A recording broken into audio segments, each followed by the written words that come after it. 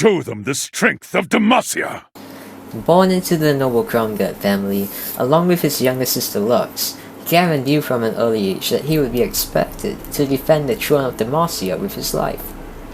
His father, Pieter, was a decorated military officer, while his aunt Tiana was sword captain of the elite Dauntless Vanguard, and both were recognized and greatly respected by King Java III. It was assumed that Garen would eventually come to serve the king's son in the same manner.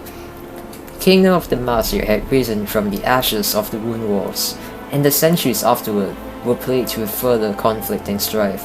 One of Garen's uncles, a ranger knight in the Demacian military, told young Garen and Lux his tales of venturing outside the kingdom's walls to protect its people from the dangers of the world beyond. He warned them that, one day, something would undoubtedly end this type of relative peace, whether it be rogue mages, creatures of the abyss, or some other unimaginable horror yet to come. As if to confirm those fears, their uncle was killed in the line of duty by a mage before Garen turned 11.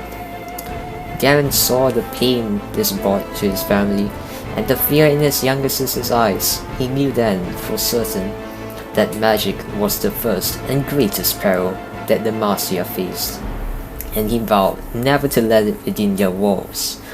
Only by following their founding ideals and by displaying their unshakable pride could the kingdom be kept safe.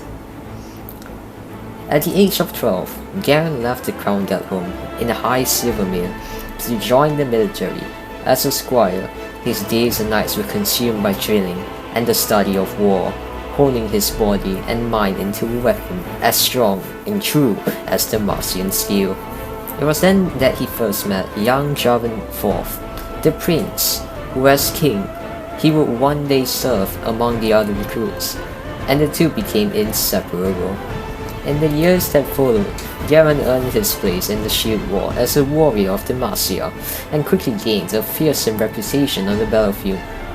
By the time he was 18, he had served with honor in campaigns along with the Freolian brothers, played a key role in purging fetid cultists from the Silent Forest, and fought alongside the valiant defenders of Right Rock. King Garen III himself summoned Garen's battalion back to the great city of Demacia, honoring them before the royal court in the Hall of Valor. Tiana Crown Guard, recently elevated to the role of High Marshal, singled out her nephew in particular and recommended him for the trials necessary to join the ranks of the Dauntless Vanguard. Garen returned home in preparation and was greeted warmly by Lux and his parents, as well as the common people living on his family's estate.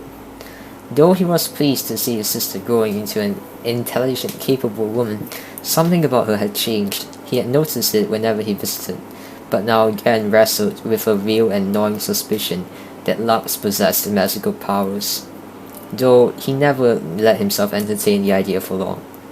The thought of a crown guard being capable of the same forbidden sorceries that had slain their uncle was too unbearable to confront.